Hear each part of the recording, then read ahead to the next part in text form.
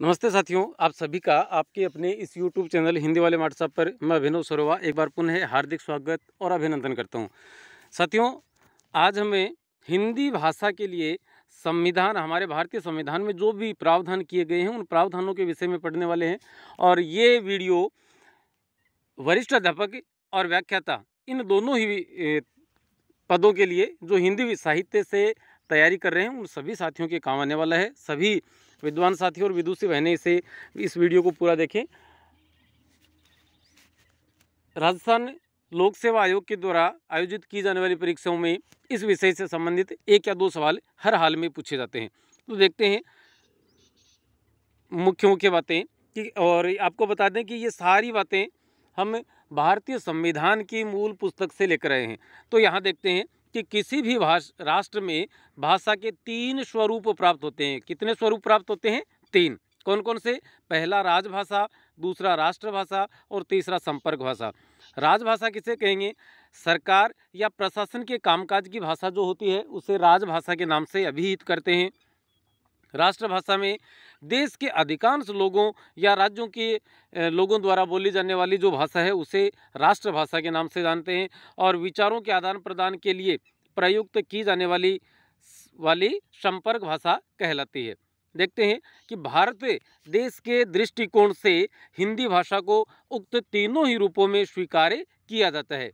लेकिन भारत के संविधान के अनुच्छेद 343, इस अनुच्छेद को याद रखिएगा, 343 के माध्यम से इसे राजभाषा का दर्जा दिया गया है। अर्थात हम कह सकते हैं कि भारतीय संविधान में हिंदी के लिए राष्ट्रभाषा का उल्लेख कहीं भी प्राप्त नहीं होता है। भारत के अधिकतर लोगों या राज्यों के द्वारा व्यवहार में लाए जाने के कारण इसे राष्ट्रभाषा भी माना जाता है, किंतु हमारे संविधान में हिंदी के लिए राष्ट्रभाषा शब्द का उल्लेख कहीं भी नहीं किया गया है।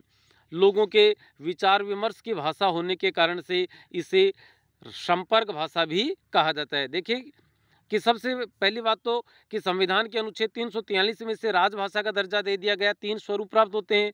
अब बात आती है राष्ट्रभाषा की, तो राष्ट्रभाषा में अधिकांश लोगों के द्वारा हिंदी भाषा का प्रयोग किया जाता है, इसलिए इसे राष्ट्रभाषा माना जाता है, किंतु संविधान में इस प्रकार का कोई उल्लेख नहीं है। संपर्क भाषा की बात करेंगे तो लोगों के विचार विमर्श की भाषा होने के कारण से इसे संपर्क भाषा के रूप में भी जानते हैं। हिंदी को राजभाषा बनाए जाने का संक्षिप्त इतिहास। संविधान निर्मात्री सभा के समक्ष राजभाषा का प्रश्न आने पर 14 सितंबर 1949 को सभा के एक सदस्य गोपाल स्वामी आयंगर द्वारा हिंदी को राजभाषा बनाए जाने का प्रस्ताव प्रस्तुत किया गया और यह प्रस्ताव उसी दिन अर्थात 14 सितंबर 1949 ईस्वी को ही 298/312 के बहुमत से पारित हो गया।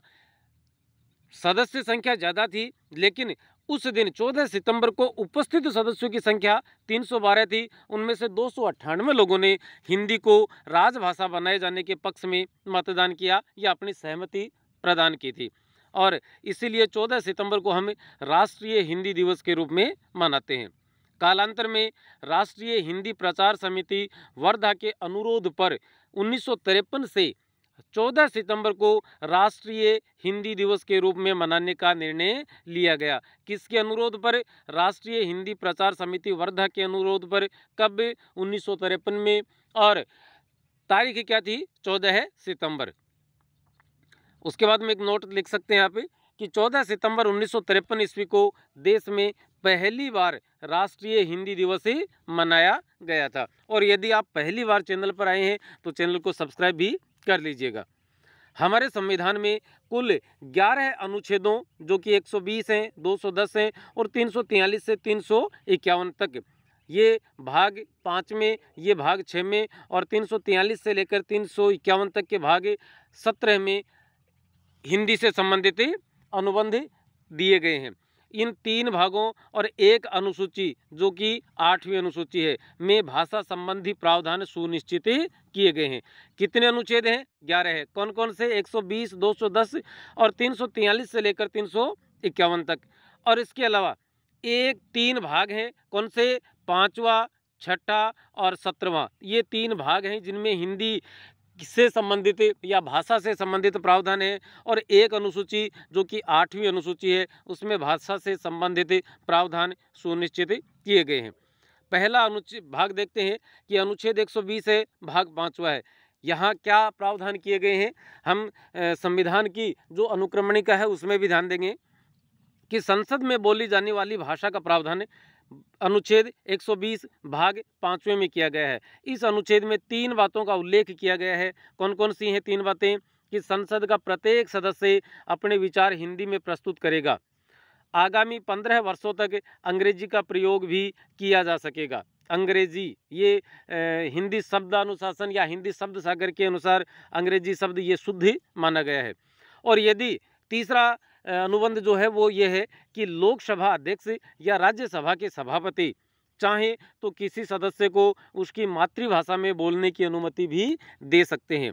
नोट में लिखा है कि अंग्रेजी का प्रयोग करने की छूट प्रारंभ में 15 वर्षों के लिए की गई थी, किंतु इसकी अवधि समाप्त होने से पहले ही भारतीय राजभाषा अधिनियम 1963 के द्वारा इसे असीमित समय तक के लिए बढ़ा दिया गया। अर्थात हम कह सकते हैं कि 2022 तक के लिए या 2022 से आगे 2022 में भी अन्य भाषाओं का प्रयोग किया जा सकता है, अंग्रेजी का प्रयोग किया जा सकता है। दूसरा अनुच्छेद 210 और भाग संख्या 6 है। यहाँ पर क्या है कि राज्य विधानमंडलों में, और राज्य विधानमंडलों में ज़्यादा समस्त विधान मंडलों में विधानसभा तो है ही है, कुछ एक 6 राज्य 5 राज्य ऐसे हैं जिनमें विधान परिषद भी है, तो उन सभी में यही प्रावधान किए गए हैं जो कि 110 में 120 में किए गए थे। बस यहाँ इतना फर्क है कि राज्य के विधान मंडलों की बातें की गई है।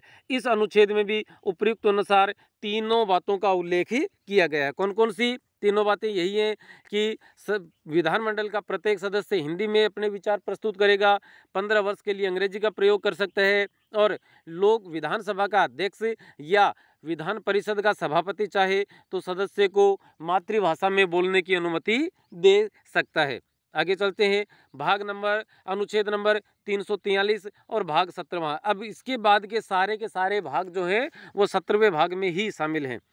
इस अनुच्छेद में 3 बातों का उल्लेख किया गया है कि भारत की राजभाषा हिंदी होगी। क्या है? भारत की राजभाषा हिंदी होगी, इसकी लिपि देवनागरी होगी और अंकों का स्वरूप अंतर्राष्ट्रीय मानक वाला होगा जो पूरी दुनिया भर में चलते हैं, जैसे 1, 2, 3, 4, 5, 6 ये वाले रूप हैं वो स्वीकृति किए जाएंगे।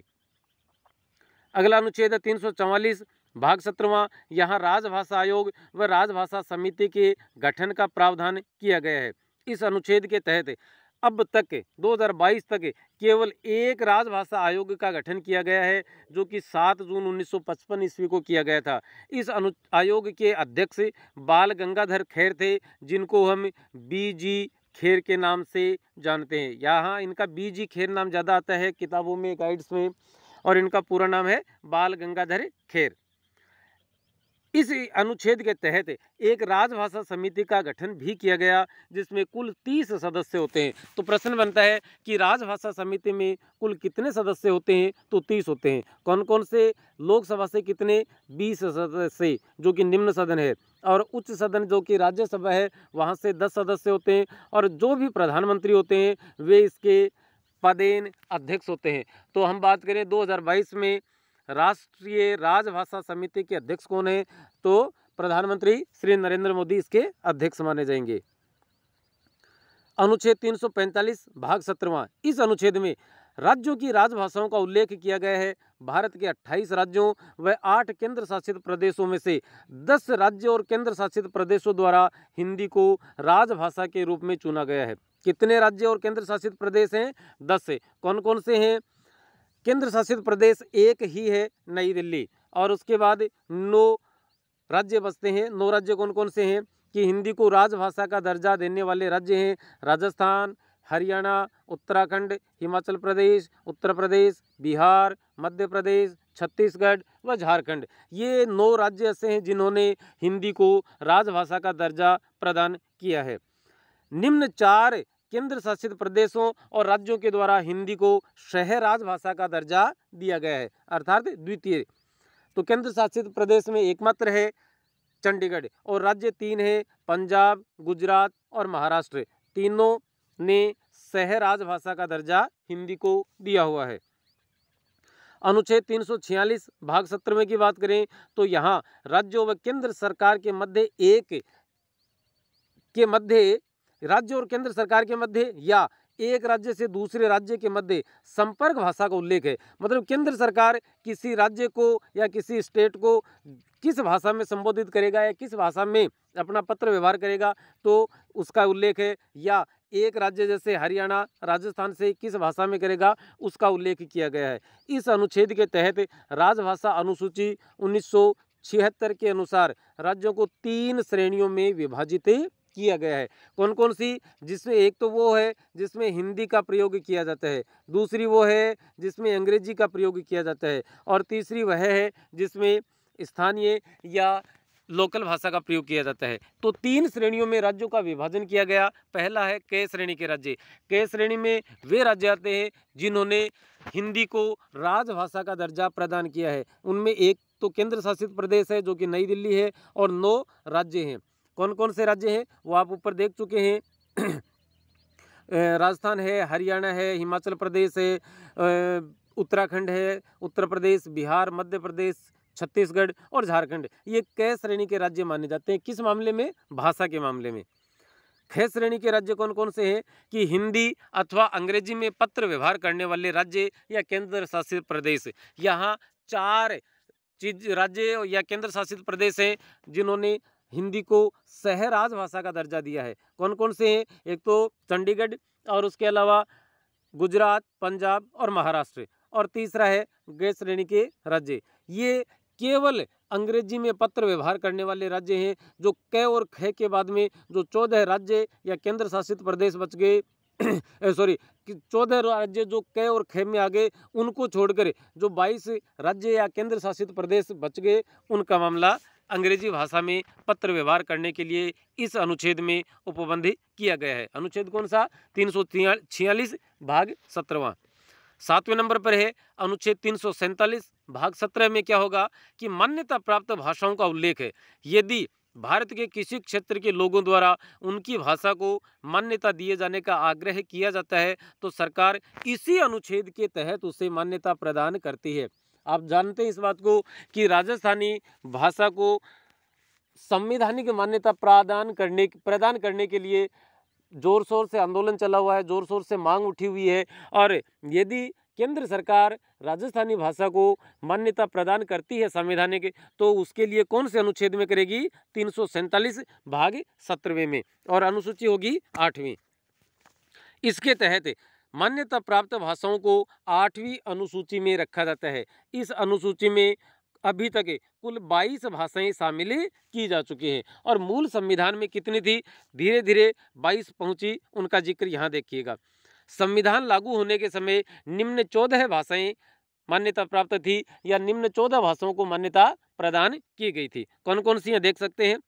कश्मीरी, पंजाबी, गुजराती, मराठी, कन्नड़, मलयालम, तमिल, तेलुगु, ओडिया, बांग्ला, असमिया, हिंदी, संस्कृत व उर्दू।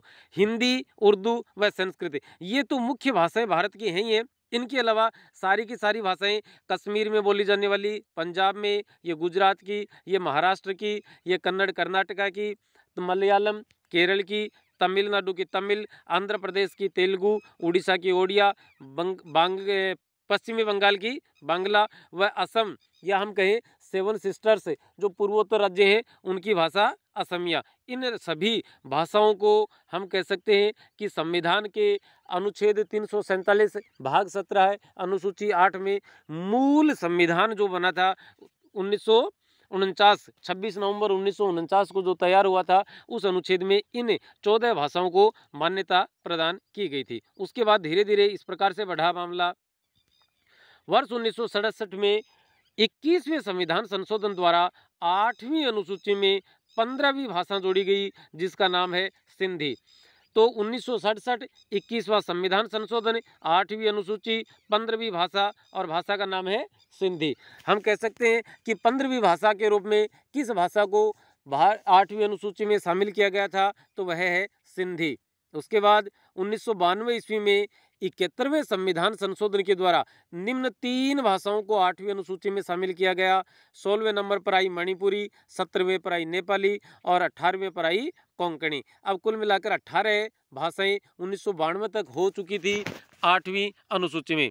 अब और रह गई 4 शेष, जो कि 2003 ईस्वी में 92वें संविधान संशोधन के द्वारा 8वीं अनुसूची में शामिल की गई। नाम है 19वें नंबर पर बोडो, 20वें पर डोगरी, 21वें पर मैथिली और 22वें पर संथाली।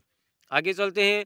1948 अनुच्छेद है 348, भाग है 17 है। ये सर्वोच्च न्यायालय व उच्च न्यायालय मतलब सुप्रीम कोर्ट व राज्यों की हाई कोर्ट्स में भाषा का प्रावधान। इस अनुच्छेद के द्वारा संसद एवं राज्य विधानमंडलों द्वारा निर्मित अधिनियम की राज्य विधानमंडल या संसद के द्वारा जो भी अधिनियम बनाए जाएंगे वो या जारी किए जाने वाले अध्यादेश या सुप्रीम कोर्ट या हाई कोर्ट के द्वारा जारी किए जाने वाले आदेश निर्णय हिंदी और अंग्रेजी दोनों भाषाओं में लिखे जाएंगे या प्रकाशित किए जाएंगे। लेकिन यदि कहीं कोई विरोधाभास की स्थिति बनती है तो अंग्रेजी रूप ही स्वीकार्य माना जाएगा। अनुच्छेद 349 भाग 17वां, यहाँ भाषा संबंधी विविध प्रविधियों को लागू किए जाने के प्रावधान शामिल किए गए हैं। 350वें अनुच्छेद भाग 17वें में भाषाई अल्पसंख्यकों के विकास के लिए विशेष प्रावधान किए गए हैं। उसके पश्चात अनुच्छेद 351 भाग 17वां, हिंदी भाषा के विकास के लिए आवश्यक दिशा निर्देश इसी अनुच्छेद में प्राप्त होते हैं। इस अनुच्छेद में हिंदी भाषा के प्रति देश के प्रत्येक नागरिक के कर्तव्यों का निर्धारण किया गया है। तो हिंदी भाषा के प्रति देश के नागरिकों के कर्तव्यों का निर्धारण किस अनुच्छेद में किया गया है? तो अनुच्छेद 351 और भाग 17वें में किया गया है। अब यहाँ आप मूल संविधान की वो प्रति देख सकते हैं जहाँ से हम इनको लेकर आए हैं। यहाँ अशोक स्तंभ सत्यमेव जयते हमारा राष्ट्रीय वाक्य, और उसके बाद आप यहाँ पर देखेंगे एक तो है अनुच्छेद 120 भाग 5वां, यह संसद में प्रयोग की जाने वाली भाषा का उल्लेख यहाँ पर किया गया है। उसके बाद में आता है अनुच्छेद 210 और भाग है 6, यहाँ पर क्या है, राज्य विधानमंडलों में प्रयोग की जाने वाली भाषा का उल्लेख प्राप्त होता है। और उसके बाद भाग 17वें में ये कुल मिलाकर हम कह सकते हैं कि 9 अनुच्छेद हैं। 343 संघ की राजभाषा, यहाँ संघ से तात्पर्य है केंद्र सरकार या भारत जो कि राज्यों का समूह है। 344 में राजभाषा के संबंध में आयोग और राजभाषा समिति के गठन का मामला। 345 में राज्य की राजभाषा या राजभाषाएं, यहाँ 3 भागों में हमने राज्यों को विभाजित किया था। उसके पश्चात एक राज्य या दूसरे राज्य के बीच या किसी राज्य और संघ के बीच पत्र आदि की भाषा का विवरण मिलता है। 347 में राज्य की जनसंख्या के किसी अनुभाग द्वारा बोली जाने वाली भाषा के संबंध में विशेष उपबंध। ये 347 वही अनुच्छेद है साथियों जिसके माध्यम से केंद्र सरकार किसी भाषा को मान्यता प्रदान करती है और 8वीं अनुसूची में शामिल करती है। यदि अब किसी भी भाषा को मान्यता प्रदान की जाएगी तो वो 23वें नंबर की भाषा बन जाएगी। अब तक 22 भाषाएं हो चुकी हैं। अनुच्छेद 348 में है उच्चतम न्यायालय अर्थात सुप्रीम कोर्ट और उच्च न्यायालयों में अधिनियमों विधेयकों आदि के लिए प्रयोग की जाने वाली भाषा अर्थात अंग्रेजी और हिंदी दोनों में प्रकाशित होंगे। विरोधाभास होने पर अंग्रेजी वाला जो मामला है वह स्वीकार किया जाएगा। 349 में है भाषा से संबंधित कुछ विधियां अधिनियमित करने की विशेष प्रक्रिया। और 350 में है व्यथा के निवारण के लिए अभ्यावेदन में प्रयोग की जाने वाली भाषा, जिससे प्राथमिक स्तर पर मातृभाषा में शिक्षा देने की सुविधाएं प्रदान की जाती हैं। आप NEP 2020 राष्ट्रीय शिक्षा नीति 2020 का अवलोकन यदि करेंगे तो पाएंगे कि बच्चों के लिए छोटे बच्चों के लिए प्राथमिक स्तर पर मातृभाषा में शिक्षा देने का प्रावधान किया गया है, वो अनुच्छेद 350 के ही है। 350 ख में भाषाई अल्पसंख्यक वर्गों के लिए विशेष अधिकार प्रदान किए गए हैं, जिनके माध्यम से आप कह सकते हैं कि जैसे मदरसे हैं या संस्कृत डिपार्टमेंट की जो विद्यालय हैं वहाँ पर संस्कृत और मदरसों में उर्दू भाषा का अलग से अध्ययन अध्यापन करवाया जाता है। तो वह जो प्रावधान है वह 350 ख के अंतर्गत उन शिक्षण संस्थाओं को प्रदान किया गया है। और 351 में है भाषा के विकास के लिए निर्देश या भाषा की लिपि में सुधार या संशोधन या नई किसी चीज़ का शामिल किया जाना या पुरानी किसी चीज़ का हटाया जाना, वो सारा मामला अनुच्छेद 351 भाग 17वें में के तहत या 17वें के अंतर्गत किया जाता है। तो साथियों, आज के इस वीडियो में फ़िलहाल इतना ही है। ये वीडियो वरिष्ठ अध्यापक और व्याख्याता पद के लिए हिंदी विषय से तैयारी करने वाले साथियों के लिए बेहद उपयोगी रहने वाला है, इसलिए वीडियो पूरा देखें। और इसके अलावा हम बात करें तो सेकंड ग्रेड और व्याख्याता लेक्चरर पद के लिए जो भी सिलेबस है हिंदी से संबंधित, उन सभी टॉपिक्स का, सभी प्रकरणों को हम यूट्यूब चैनल पर यहाँ पर अध्ययन अध्यापन करेंगे, हम साथ साथ पढ़ेंगे। आपका सहयोग बेहद ज़रूरी है, इसलिए जुड़े रहिएगा और अगला वीडियो लेकर आएँ। तब तक के लिए नमस्ते, शुक्रिया, धन्यवाद। जय हिंद, जय भारत, जय हिंदी।